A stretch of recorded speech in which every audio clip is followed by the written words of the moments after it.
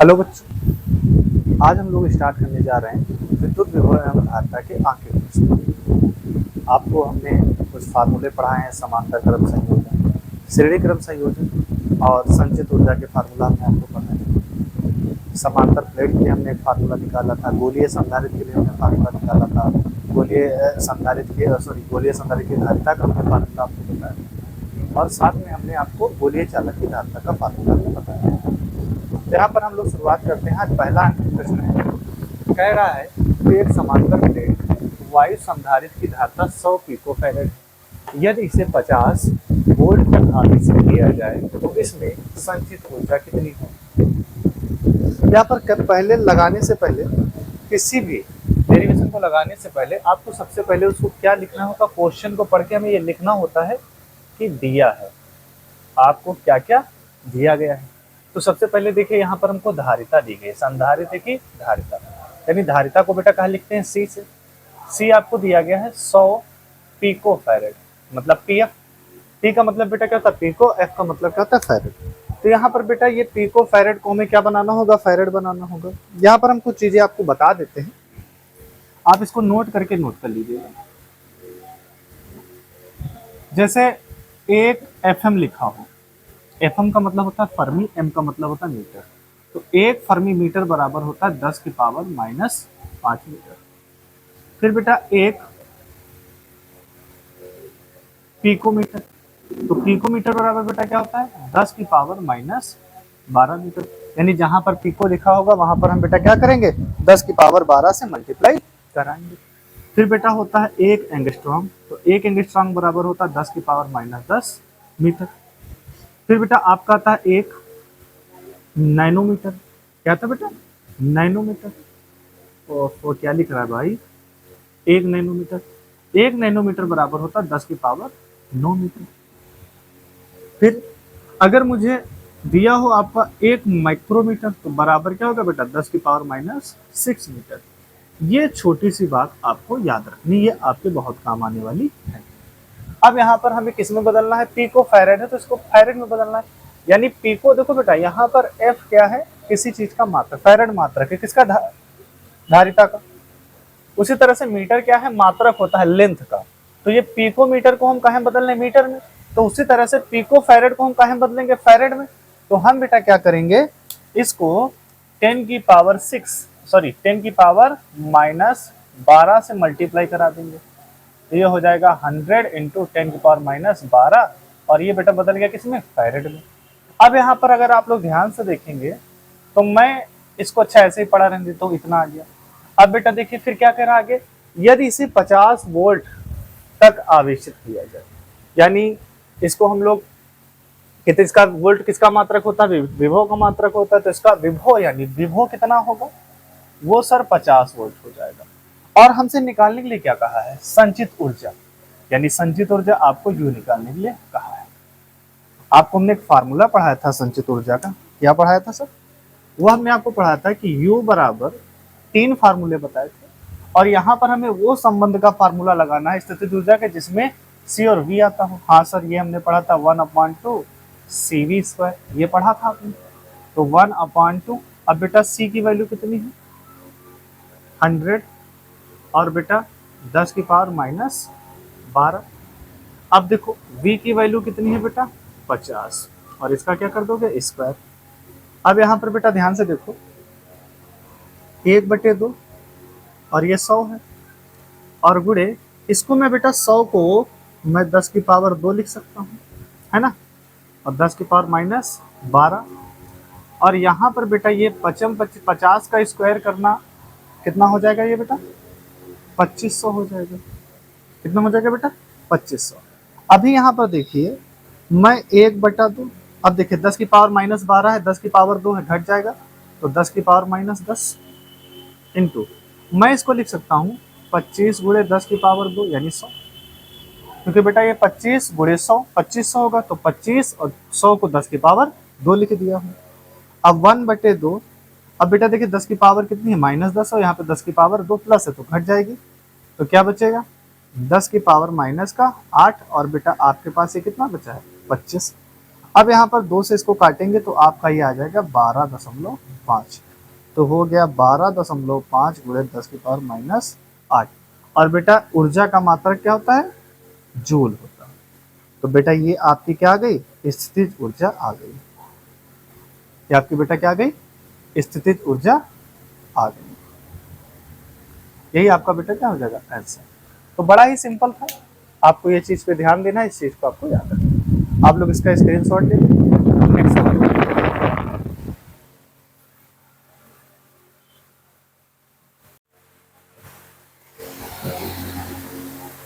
Next question है बेटा कि एक संधारित्र को 0.5 माइक्रो कूलाम का आवेश देने पर उसमें 0.25 माइक्रो जूल ऊर्जा संग्रहित होती है। संधारित्र की धारिता ज्ञात कीजिए। सवाल में बेटा क्या किया गया है? सवाल में इस बार आपको संचित ऊर्जा पहले दे दी गई, आपको आवेश दे दिया गया, यानी आपको सी निकालना है। तो सबसे पहले हम क्या लिखते हैं बेटा? गिवन, यानी दिया है। सबसे पहले लिखते दिया है, क्या दिया है? संधारित्र को आवेश, कूलाम किसका मात्रक होता है? आवेश का। तो आवेश कितना दिया है? 0.5 माइक्रो कूलाम। तो इसको बेटा कहाँ बदलेंगे? कूलाम में। तो 10⁵ और ये देखिए सॉरी 0.5 गुणे 10⁻⁻6 और बेटा क्या हो जाएगा? कूलाम। देने पर इतने जूल यानी ऊर्जा दिया है, U बराबर 0.25 और बेटा क्या दिया? Micro joule. तो इसको कहाँ बदल लेंगे बेटा? जूल में बदलेंगे। तो 0.25 गुणे 10⁻⁻6 जूल। जहाँ पे माइक्रोन लिखा होता है वहाँ पे 10⁻⁻6 लिखना होता है। यहाँ पर इस बार हमसे सी पूछ लिया, तो आपको स्थितिज ऊर्जा का वो वाला फार्मूला लिखाना है जिसमें सी और क्यू दिया हो। तो वो हम लोगों ने क्या पढ़ा है कि सर U बराबर 1/2 Q² C, ये फार्मूला हम लोगों ने पढ़ा है। यहाँ से अगर हम मान को भरें तो C को यहाँ पे भेज दो, या चलो यहाँ पे मान रख के पहले देख लेते। U का मान आया है 0.25 गुणे 10⁻⁻6 बराबर इधर कितना है? 1/2 और बेटा Q का मान कितना है? 0.5 और गुणे 10⁻⁻6 और इसका बेटा क्या हो जाएगा? ये स्क्वायर हो जाएगा और अपॉन में C रहेगा क्योंकि C को निकालना है। अब यहाँ पर बेटा देखिए ये 0.25 गुणे 10⁻⁻6 बराबर 1/2। अभी इसका स्क्वायर करोगे तो 0.25 आएगा और गुणे इसका स्क्वायर करोगे तो 10⁻12, क्योंकि गुणा होने पावर का पावर से गुणा हो जाएगा तो -12 और अपॉन में बेटा क्या चाहिए? सी। अगर आप लोग यहाँ पर देख पा रहे हो तो यहाँ से 0.25 और 0.25 यानी 25 कट जाएगा। अब इसको यहाँ पे भेज देते तो सी आ गया और इसको बेटा यहाँ भेज देते तो 1/2 गुणे यहाँ पर ऊपर बचा 10⁻12 और ये पावर जाएगी -6। ये ऊपर की तो बेटा क्या हो जाएगी? पॉजिटिव 1 गुणे यानी 10⁻12 और ये हो जाएगी 10⁻+6। अब यहाँ से इसको सॉल्व करोगे तो यहाँ पर ये आ जाएगा 10⁻⁻6, यानी इसको हम लिखना चाहे तो लिख सकते हैं 0.5 गुणे 10⁻6। ये बेटा इसकी धारिता क्या होगी? फैरेड में। अब ये माइक्रो के बराबर होता है तो हम ये लिख सकते हैं कि 0 पॉइंट, या हम इसको इधर बेटा लिख दें तो इसको हम लिख सकते हैं कि C बराबर कितना आया? 0 माइक्रो फैरेड, यानी इसकी जो धारिता होगी वो कितनी होगी? 0.5 माइक्रो फैरेड। उम्मीद करता हूँ सभी बच्चों के सवाल समझ में आ रहा है, आप लोग इसको नोट कर सकते हैं।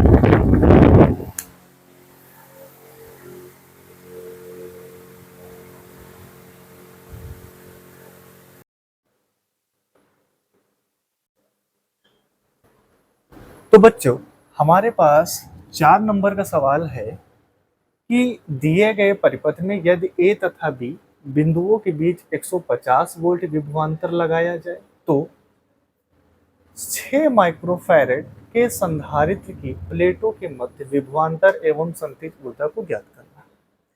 आपके सामने सर्किट दिया हुआ है बेटा, पॉइंट A है और ये पॉइंट B है। तो इसमें कितना विभव दिया गया है? 150 वोल्ट, ये तो हमें बता दिया गया। तो यहाँ पर हमें बेटा क्या दिया गया है? विभव दिया गया है। तो विभव कितना दिया गया है मेरे बच्चे? 150 वोल्ट दिया गया है।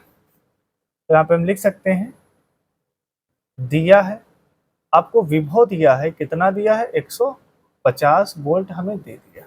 ठीक, यहाँ पर अगर हम मानना चाहें तो इसको यहीं पे मान लेते हैं, तो ये आपका C1 हो जाएगा, ये आपका C2 हो जाएगा, इसको आप C3 मान लीजिए और इसको बेटा आप C4 मान लीजिए। ठीक है, ये हमने इस तरीके से मान लिया। आप यहाँ पे भी लिख सकते हैं, कोई दिक्कत नहीं। तो लिख देते हैं C1 कितना माना है 2 माइक्रोफैरड, C2 कितना है 3 माइक्रोफैरड, C3 कितना है बेटा 1.8 माइक्रोफैरड है, और C4 बेटा कितना है, ये आपको दिया है 6 माइक्रोफैरड दिया। आपको निकालना क्या है, आपको संचित ऊर्जा निकालनी है, और 6 माइक्रोफैरड संधारित्र का विभवांतर कैलकुलेट करना, ये दो चीजें हमें कैलकुलेट करनी है। यहाँ पर बेटा हमें अगर विभवांतर को कैलकुलेट करना है तो विभवांतर को कैलकुलेट करने के लिए सबसे पहले हमें उसकी धारिता को कैलकुलेट करना पड़ेगा। जब हम धारिता को कैलकुलेट कर पाएंगे उसी के बाद हम आवेश को कैलकुलेट करेंगे, और जब आवेश कैलकुलेट हो जाएगा तब हम जाके क्या करेंगे, इस वाले संधारित्र की प्लेटों के बीच का हम क्या कैलकुलेट कर पाएंगे, विभवांतर कैलकुलेट कर पाएंगे। तो हम लोग बेटा शुरुआत करते हैं। देखिए सबसे पहले कहाँ से शुरुआत करेंगे, हम शुरुआत करेंगे यहाँ से कि C1 और C2 क्या लिखेंगे, C1 व C2 श्रेणी क्रम में है, श्रेणी क्रम में है, अतः इनकी तुल्य धारिता, वो हम बेटा श्रेणी क्रम का फार्मूला होता है 1/C, तो हम इसको C डैश मान लेते हैं, तो 1/C1 प्लस 1/C2। यहाँ पे देखिए 1/C1 कितना है बेटा, C1 2 माइक्रोफैरड, C2 कितना है 3 माइक्रोफैरड, ये हो जाएगा 3 इसके पास जाएगा बेटा, 2 इसके पास जाएगा, और ये 3 दूनी 6 हो जाएगा, तो ओवरऑल ये कितना हो जाएगा 5/6 हो जाएगा। ये 1/C डैश है। हमें बेटा क्या चाहिए, हमें तो C डैश चाहिए ना, तो C डैश को ऊपर करेंगे तो ये पलट जाएगा, तो 6 कितना हो जाएगा 5, भाग आप इसको देंगे तो 1.2 माइक्रोफैरड मिल जाएगा। तो एक वैल्यू हमें मिल गई, यहाँ पर C डैश हमें ये मिल गया। अब यहाँ पर आगे देखिए, अब यहाँ पर देखिए ये दोनों संधारित्र आपस में मिल गए, ये दोनों संधारित्र आपस में बेटा क्या हो गए, मिल गए, तो एक संधारित्र बन गया। तो ये संधारित्र और ये संधारित्र अब कहाँ हो गए, समांतर क्रम में हो गए। तो यहाँ पर आप लिखेंगे कि C डैश तथा C3 समांतर क्रम में है, अतः इनकी तुल्य धारिता, इनकी तुल्य धारिता बेटा क्या हो जाएगी, इस बार हम C डबल डैश मान लेते हैं, तो C डैश प्लस बेटा किसको माना है, दूसरा C3 को, C डैश है 1.2 और C3 है 1.8, तो जोड़ेंगे बेटा 3 माइक्रोफैरड आ जाएगा, तो C डबल डैश आ गया, एक वैल्यू ये मिल गई। ठीक, अब ये देखिए पहले इसको ऐसे जोड़ा, फिर ये आपस में जुड़ गया, एक संधारित्र बन गया, तो ये वाला और ये वाला किस क्रम में होगा, श्रेणी क्रम में होगा। तो यहाँ पर आप क्या लिखेंगे, C डबल डैश तथा C4 श्रेणी क्रम में है, कहाँ है बेटा, श्रेणी क्रम में है, अतः तुल्य धारिता, तो इनकी बेटा तुल्य धारिता क्या हो जाएगी, तो इसका फार्मूला लगाना पड़ेगा 1/C, बेटा इस बार हमने ट्रिपल डैश मान लिया, तो 1/ यहाँ पर बेटा क्या हो जाएगा double dash plus 1/C4, 1/ double dash बेटा कितना है 3 है, C4 कितना है 6 है, ये हो जाएगा 6 और प्लस ये हो जाएगा 3 और बेटा ये हो जाएगा 18, तो आप जोड़ेंगे तो 9 कितना हुआ 18, तो ये है 1/C डबल डैश, और हमें क्या चाहिए सिर्फ ट्रिपल डैश चाहिए, तो ये 18 कितना हो जाएगा 9, है ना बेटा, 9 का 9 9 9 दूनी 18, तो यहाँ पे C डबल डैश क्या मिलेगा 2 माइक्रोफैरड हमें मिल जाएगा। यहाँ से कोई दिक्कत, ये हमें वैल्यू मिल गई। ओवरऑल कितना इसके अंदर धारिता कितनी है, कुल धारिता कितनी है, ए और बी के बीच में कुल धारिता कितनी है, 2 माइक्रोफैरेड है। अब यहाँ पर इसकी धारिता को हम, कुल धारिता को हम क्या करें, इसको फैरेड में बदल लें, तो 2 गुणे 10 की पावर माइनस 6 और ये क्या हो जाएगा फैरेड। तो कुल धारिता इसमें हमें फैरेड में ये मिल गई। अब यहाँ पर देखिए हम बेटा क्या निकालेंगे, आवेश निकालेंगे। क्या सर आप निकालेंगे, आवेश निकालेंगे। और आवेश निकालने का बेटा फार्मूला क्या होता है, वो होता है Q बराबर CV। अब देखिए यहाँ पर C किस विभव में पहले से दिए रखा है सवाल में, और ये हमारे पास बेटा क्या है, C है निर्धारिता। तो इन दोनों की सहायता से हम क्या करेंगे, आवेश को यहाँ पर कैलकुलेट कर लेंगे। क्योंकि हमें किसी भी संधारित्र में, अगर हमें यहाँ पर एक संधारित्र का क्या निकालना है, विभवांतर निकालना है, तो मुझे आवेश पता होना चाहिए। हम सिर्फ यानी हम सिर्फ धारिता की सहायता से हम क्या कर सकते हैं, विभवांतर नहीं निकाल सकते, नहीं हमें आवेश चाहिए ही चाहिए, इसलिए हम आवेश यहाँ से निकाल देंगे। तो क्यों हो गया, C कितना है बेटा, C आपके पास है 2 गुणे 10 की पावर माइनस 6, तो 2 गुणे 10 की पावर माइनस 6 इंटू, अब देखिए यहाँ पर V कितना है 150 है। अगर आप इसको तोड़ेंगे सर थोड़ा सा, तो देखो कितना हो जाएगा, 150 दूना 300, और 300 को मैं लिख सकता हूँ 3 गुणे 10 की पावर 2, या हम आपको समझाने के लिए हम 300 ही लिख देते हैं, वरना बच्चे कंफ्यूज आप रह रहे हैं, 10 की पावर माइनस 6। अब यहाँ पे देखिए मैं 300 को मैं लिख सकता हूँ 3 गुणे 10 की पावर 2 और 10 की पावर माइनस 6। तो यहाँ से जो आवेश हमें मिलेगा वो मिल जाएगा 3 गुणे 10 की पावर माइनस 4, और ये बेटा हमें क्या मिला है, कूलम मिला। तो ये हमें क्या मिल गया, आवेश मिल गया। अब यहाँ पे हम लिखेंगे, अब हम क्या निकालना है, हमें निकालना है 6 माइक्रोफैरेड संधारित्र की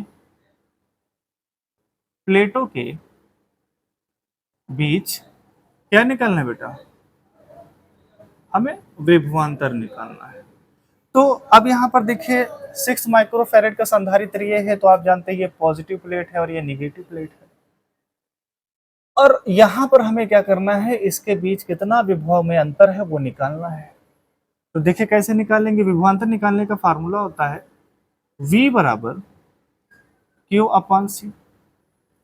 अब यहाँ से Q का मान आप रखिए, तो Q का मान बेटा निकाला होगा हमने 3 गुणे 10 की पावर माइनस 4। अब बेटा यहाँ पर देखो संधारित्र, यानी हम इस संधारित्र का विभवांतर निकाले तो धारिता भी किसकी लेंगे, इसकी लेंगे। तो इसकी धारिता को बदलेंगे तो ये बेटा बदल जाएगा 6 गुणे 10 की पावर माइनस 6, और ये फैरेड हो जाएगी। अब यहाँ पर देखिए 3 का नम 3 और 3 दूनी बेटा कितना होता है 6, तो बचा क्या 1/2, और ये पावर ऊपर चली जाएगी तो 10 की पावर माइनस 4 है, 10 की पावर बेटा क्या हो जाएगी 6। अब 1/2 को मतलब इसको 0.5 हम लिख देंगे, और यहाँ से घट जाएगा तो 10 की पावर बेटा क्या हो जाएगा 2। ठीक है, यहाँ से पॉइंट हटेगा, नीचे आ जाएगा 10, कितना आ जाएगा बेटा 10। और अब यहाँ पर देखिए जब नीचे 10 आ जाएगा, क्या आ जाएगा बेटा ये 10 आ जाएगा। तो अब यहाँ पर देखिए 1 10 से 1 10 कट जाएगा, तो कितना हो जाएगा, तो बचा हमारे पास ओवरऑल क्या बेटा, हमारे पास इधर ही लिख देता हूँ बेटा, वरना हमारे पास आगे जगह नहीं बचेगी। ये हमारे पास 1 10 बचा, 1 10 से 1 10 कट गया, 1 10 बचा, 1 10 का 5 से मल्टीप्लाई होगा 50 वोल्ट। तो कितना आंसर आ गया 50 वोल्ट, यानी इसके बीच में जो विभवांतर है वो कितना है 50 वोल्ट का विभवांतर यहाँ पर है। अब हमें क्या लिखना है, 6 माइक्रोफैरेड संधारित्र में संचित क्या निकालना बेटा, ऊर्जा। अब यहाँ पर देखिए हमें क्या निकालनी है, इसकी संचित ऊर्जा निकालनी है। तो संचित ऊर्जा का फार्मूला होता है 1/2 CV²। यहाँ पर बेटा आप Q² C भी ले सकते थे, उससे भी ऊर्जा इतनी ही आती। तो क्योंकि हमें यहाँ पर C भी दिया है और V भी दिया है, तो हमने क्या निकाला, Q/C यहाँ निकल सकता था, कोई दिक्कत नहीं। तो 1/2 C कितना है 6 गुणे 10 की पावर माइनस 6। देखो बेटा यहाँ पर जो मैं 6 लिख रहा हूँ 10 की पावर माइनस, यानी माइक्रोन की जगह पे आपको क्या लगाना है 10 की पावर माइनस 6। अब आगे देखिए V कितना है बेटा 150 है आपका सर V। चलिए अब यहाँ पे देखिए 2 1 9 2 2 3 6, तो क्या बचा आपके पास सर? 3 बचा है और गुणे 10 के पावर -6। अब देखिए यहाँ पर 150 का भी स्क्वायर करिए, 15 का स्क्वायर करते हैं तो 225 आता है, 15 का स्क्वायर करेंगे 225 और यहाँ पर 2 जीरो पीछे लगा दीजिए, लगा दिया। अब यहाँ पर देखिए हम एक काम कर सकते हैं, हम इसको लिख सकते हैं, इनको आगे कर लो, 2 2 5 और ये 10 की पावर -6 और इसको हम 2 जीरो को क्या लिख सकते हैं? 10 की पावर 2, ऐसा लिख सकते हैं। 3 बचे 15 के 5, 3 दूनी 6 एक 7, 3 दूनी 6, 675 ये हो गया। और गुड़े यहाँ पे देखिए 10 की पावर बेटा कितनी है? -4 और ये बेटा आपका यू, यानी बेटा आपका क्या आ गया? जूल आ गया। तो यही बेटा आपका आंसर है। यानी इसमें जो संचित ऊर्जा है 6 माइक्रोफैरेड के संधारित्र में कितनी है? 675 गुणे 10 की पावर माइनस जूल है। क्लियर है? तो उम्मीद करता हूं न्यूमेरिकल बड़ा था लेकिन इंटरेस्टिंग था, आपको समझ में आया होगा। आप लोग इसको नोट कर लीजिए और थोड़ा सा इसको ध्यान से देखिए।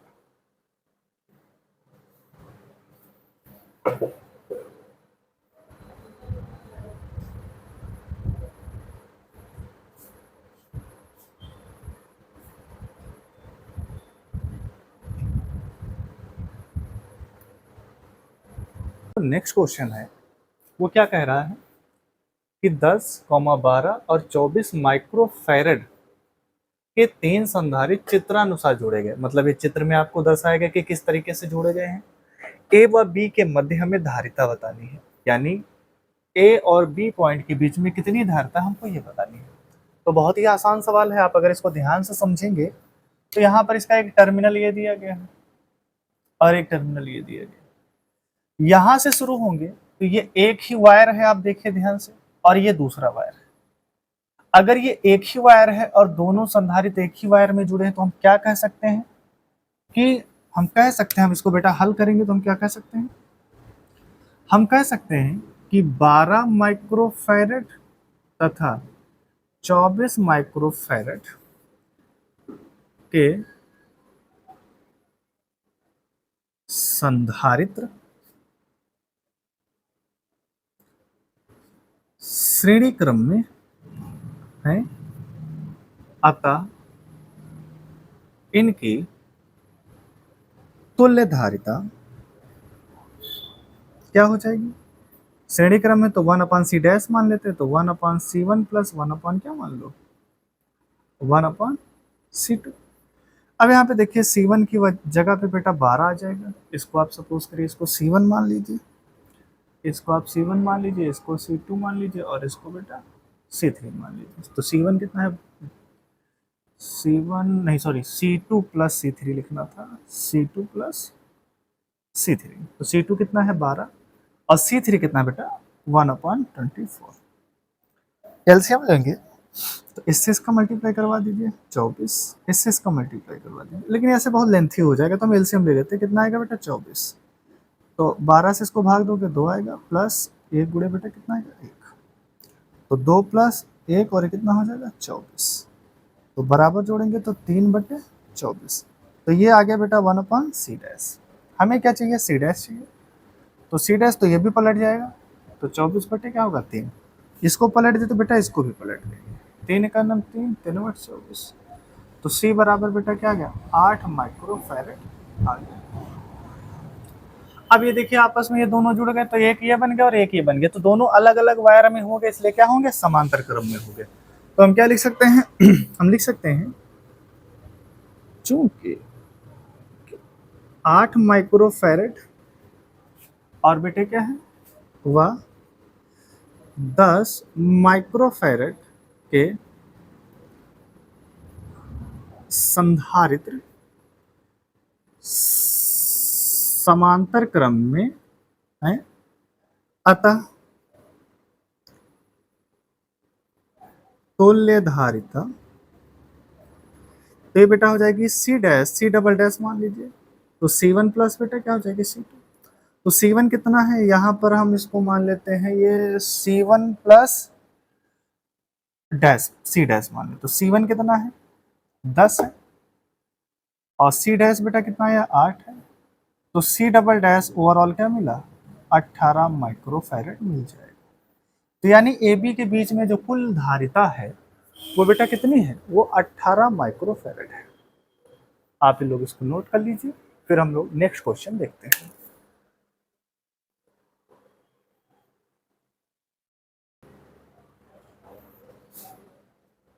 अगला बेटा क्वेश्चन है 6 नंबर का कि दो संधारित्र जिनकी धारिताएं क्रमशः 20 माइक्रोफैरड तथा 30 माइक्रोफैरड है, श्रेणी क्रम में जुड़े हैं, इनकी तुल्य धारिता बताइए। मतलब ये बताना ये चाह रहे हैं कि हल देखिए कैसे करेंगे।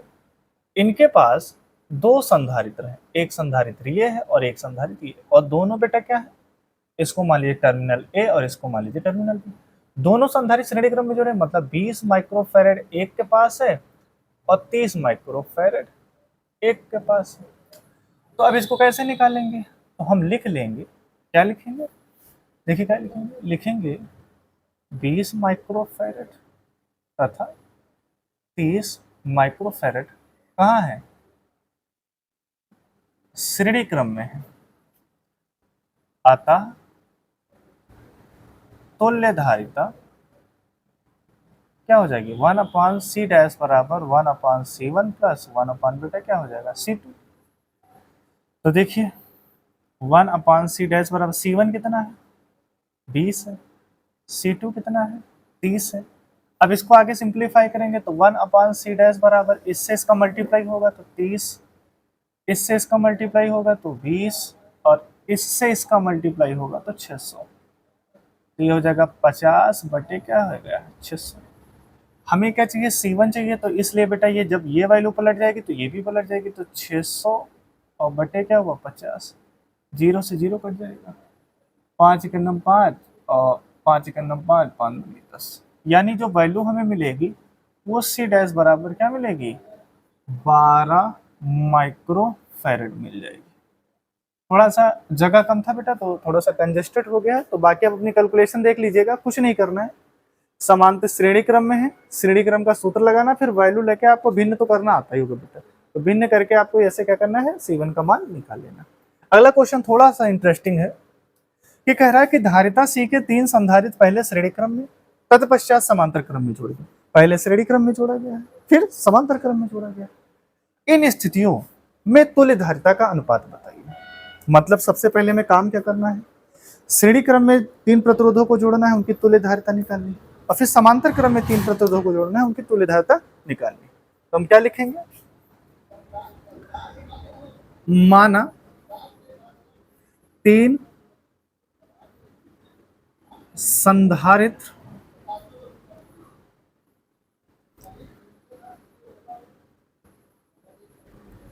श्रेणी क्रम में जुड़े हैं, अतः तुल्य धारिता तो क्या हो जाएगी बताइए जरा आप लोग, तो वो तुल्य धारिता हो जाएगी 1/c डैश बराबर 1/c1, 1/c2 और 1/c3। अब यहाँ पर बेटा देखो एक काम करना है, यहाँ पर सबकी धारिता C मानी गई है, तो C1 की जगह भी क्या आएगा C, C2 की जगह भी C और बेटा C3 की जगह भी C।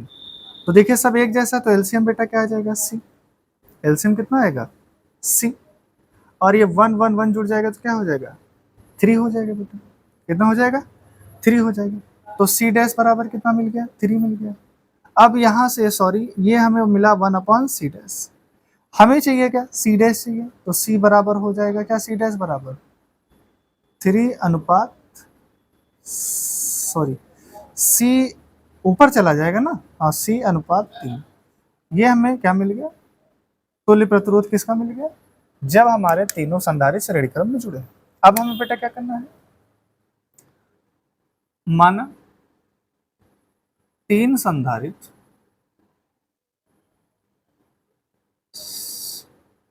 समांतर क्रम में जुड़े हैं, किसमें है समांतर क्रम में जुड़े हैं, अतः तुल्य धारिता, तो तो अतः तुल्य धारिता बेटा क्या हो जाएगी, वो हो जाएगी सी, हम इसको मान लेते हैं डबल डैश। तो यहाँ पर या हम इसको मान लेते हैं, तो ये हमारा किसमें है, श्रेणी क्रम में जुड़ा है, तो हम इसको बेटा सी एस लिख देते हैं, याद करने के लिए आपको आसानी रहेगी। इन सीरीज है ना। अब बेटा हम इसको क्या मान लेते हैं, ये समांतर जोड़े तो इसको हम पैरेलल लिख देते हैं, सीपी क्या लिख देंगे, पैरेलल। और इसका फार्मूला का C1 प्लस C2 प्लस बेटा क्या होता है, C3 होता है। अब यहाँ पे देखिए C प्लस बेटा क्या हो जाएगा C, तो जोड़ दोगे 3C आ जाएगा, तो CP कितना आ गया, 3C आ गया। अब इसको मान लीजिए आप समीकरण, ये हमने 1 मान लिया और ये क्या है, समीकरण 2 मान लिया। तो क्या लिखेंगे, समीकरण 1 को भाग दे दीजिए आप इससे 2 से। तो समीकरण 1 है CS और समीकरण 2 है CP। तो CS की वैल्यू कितनी है, वो है C/3। और बेटा यहाँ पे देखो CP की वैल्यू कितनी है, 3C। अब यहाँ पर ये कहानी हो गई। हम जानते हैं कि अगर हम इसको और सिंप्लीफाई कर दें, अच्छा इधर कर देते हैं, जगह हमारे पास है, तो ये CS बटे बेटा क्या हो जाएगा, CP।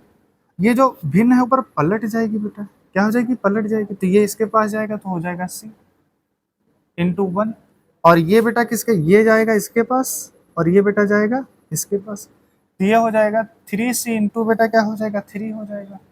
अब यहाँ पे देखिए CS बटे क्या है, CP, तो C का तो C ही रहेगा, 3 त्रिक का क्या हो जाएगा, 9C, C से C कट जाएगा, तो CS बटे क्या हो जाएगा, ये हो जाएगा CP, और 1 अपॉन बेटा क्या हो जाएगा, 9 हो जाएगा।